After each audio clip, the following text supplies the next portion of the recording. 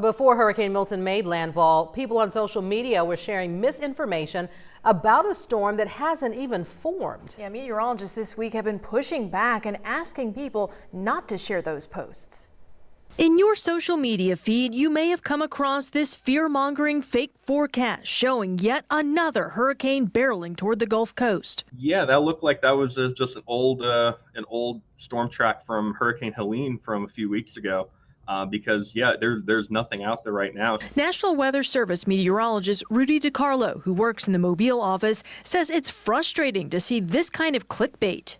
That's going to make people anxious. It's going to make people scared, and it's going to cause panic. And that's not what we want to do. It's way worse than it's ever been. That's our retired chief meteorologist, Alan Seals, who viewers trusted to guide them through storms for nearly 4 decades. Seals says there's a reason why most forecasts stop at 7 days, and that's because the reliability and accuracy of them quickly diminishes after that. You can go online and see computer models that project the weather weeks out, but Seals says a lot can and does change with the forecast. There's always one, at least for part of the day, that shows something really scary and devastating. And that's the one that tends to get the most traction on social media because it's the worst case scenario.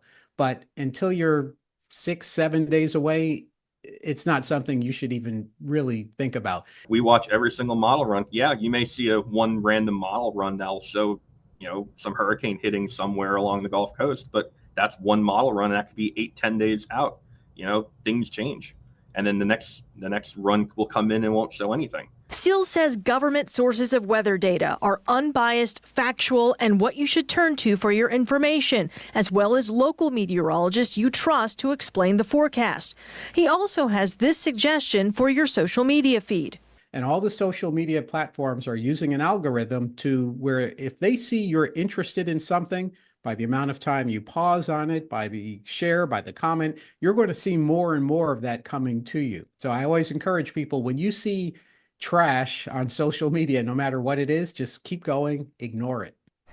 Great advice as always from Alan. It was good catching up with him today. These posts unfortunately really create so much confusion. I had a family member this week from out of state inquire about the supposed direct hit we're supposed to be getting. I had no idea what they were talking about. I had to ask you about it. Yeah, and unfortunately we're just seeing way too much of that. I mean, as much as we're just trying to put out the right information, we're also fighting that misinformation. It's been a lot this season, but to those points, I mean, forecast models, when it comes to tropical situations, they have no skill really past the 5-day period.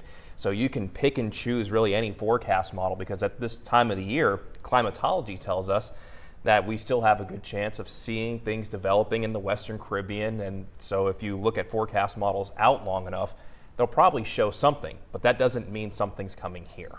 And we have to remember that hurricane season doesn't end until November 30th. That's why you've got to keep it tuned to Chief Meteorologist Thomas Gieboy to get the facts. Well, and that's why it's also important to not burn yourself out. It's a very long hurricane season.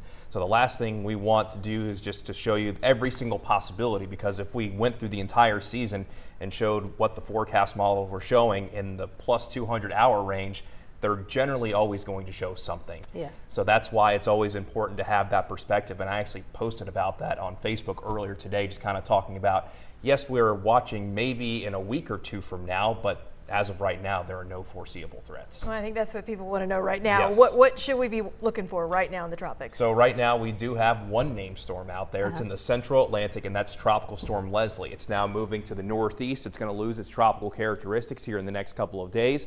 Milton is working its way into the central Atlantic. That's just the remnants, and we're also watching a disturbance that's come off the coast of Africa that has a medium chance of forming.